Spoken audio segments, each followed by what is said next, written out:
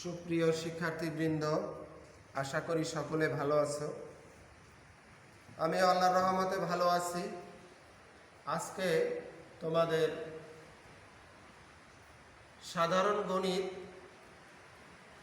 বইয়ের 4.3 অনুশীলনী, এখানে বন্ধনীর ব্যবহার সম্পর্কে আমি আলোচনা রাখব। তোমরা সকলে বই খুলে আমার পাঠের দিকে নজর দাও। বন্ধনীর ব্যবহার, এটা আমরা বীজগণিতীয় রাশি সরলীকরণে দেখতে পাই। এই একটা বীজগণিতীয় রাশি আছে এখানে এই তিন ধরনের বন্ধনীর ব্যবহার লক্ষ্য করি। এটাকে আমরা বলি প্রথম বন্ধনী, এটা দ্বিতীয় বন্ধনী, এটা তৃতীয় বন্ধনী। তিন ধরনের বন্ধনী বীজগণিতীয় রাশিতে সচরাচর দেখা যায়। শিক্ষার্থীবৃন্দ, আমাদের এরকম সমস্যা সমাধানের ক্ষেত্রে যে বিষয়ের দিকে লক্ষ্য রাখতে হবে, সেই বিষয়গুলির মধ্যে আছে বেডম্যাস, BEDMAS। বেডম্যাস এর ফুল মিনিংটা জানা দরকার। বি দ্বারা বোঝানো হয় ব্র্যাকেট, ই দ্বারা এক্সপোনেন্ট সূচক, ডি দ্বারা ডিভিশন ভাগ, এম মাল্টিপ্লিকেশন গুণ, এ দ্বারা এডিশন যোগের কাজ, এস দ্বারা সাবট্রাকশন বিয়োগের কাজ। শিক্ষার্থীবৃন্দ, ব্র্যাকেট, সূচক, ভাগ, গুণ, যোগ, বিয়োগ, এই কাজগুলি আমরা পর্যায়ক্রমে এভাবে করব।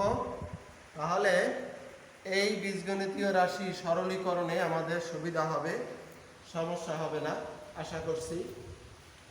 শিক্ষার্থীবৃন্দ, এই জাতীয় সমস্যা সমাধানের আগে আমাদের আরেকটি বিষয়ের প্রতি লক্ষ্য রাখতে হবে।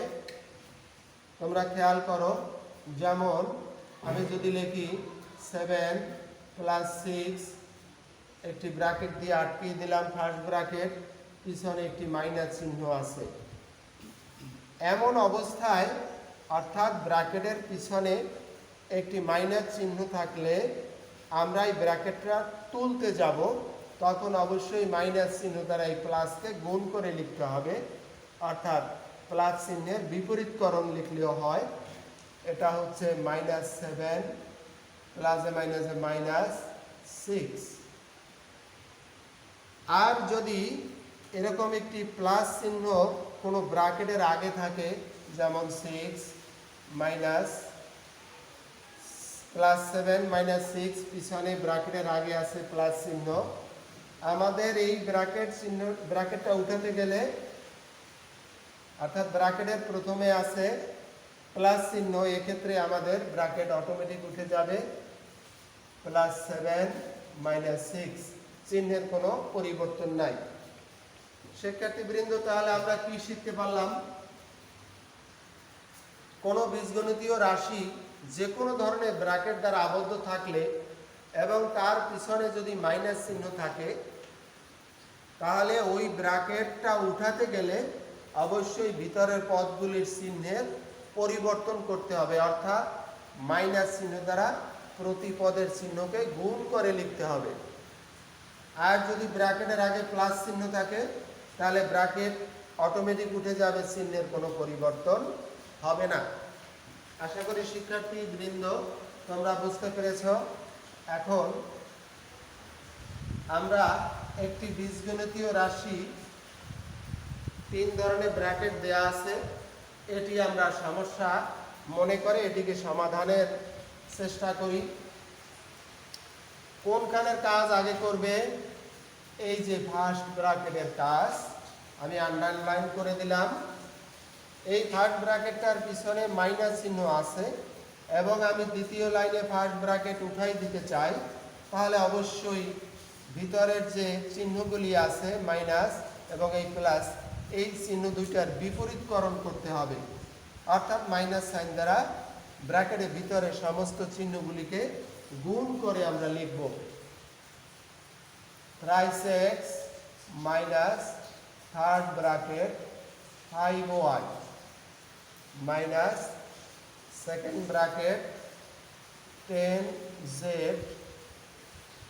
মাইনাস 5x মাইনাস 5x মাইনাসে মাইনাসে কি হবে প্লাস 10y মাইনাসে প্লাসে হবে মাইনাস 3z ফার্স্ট ব্র্যাকেটের কাজ শেষ হলো আসছে সেকেন্ড ব্র্যাকেট এবং থার্ড ব্র্যাকেট। শিক্ষার্থীবৃন্দ, আমরা এখানে দেখি 5x 10z 5x 10y 3z।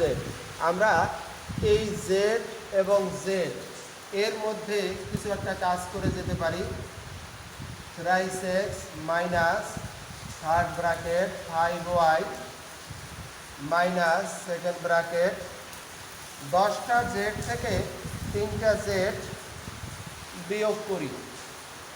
10z থেকে মাইনাস 3z হলে থাকছে 7z minus 5x plus 10y। Second ব্র্যাকেটের কাজ এখনো করিনি, এবারে সেকেন্ড ব্র্যাকেটের কাজ করতে চাই। 3x minus third bracket 5y second bracket এই পর্যন্ত আটকানো আছে, পিছনে একটা মাইনাস চিহ্ন আছে, অতএব ভিতরের রাশিগুলির যে চিহ্ন আছে তার বিপরীতকরণ করবে। মাইনাস 7z এখানে আছে মাইনাস, লিখতে হবে প্লাস 5x এখানে আছে প্লাস, লিখতে হবে মাইনাস 10y।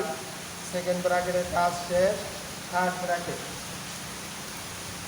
এরপরে 3x থার্ড ব্র্যাকেট কাজটা করলে এই মাইনাস চিহ্ন দ্বারা ভিতরে সব জায়গায় গুণ দেবে।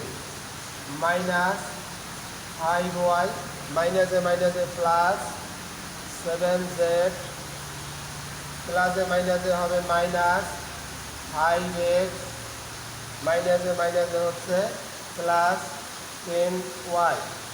শিক্ষার্থীবৃন্দ, থার্ড ব্র্যাকেটের কাজ করলাম, এই মাইনাস দিলাম 5y, এটা প্লাস, প্লাস আছে মাইনাস, মাইনাস আছে প্লাস।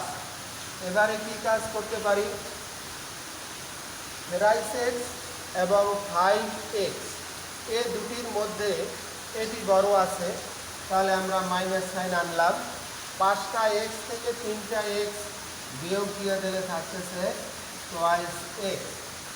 5y আর হচ্ছে 10y, 10টা y থেকে যদি আমি 5টা y বিয়োগ করি তাহলে থাকতেছে 5y।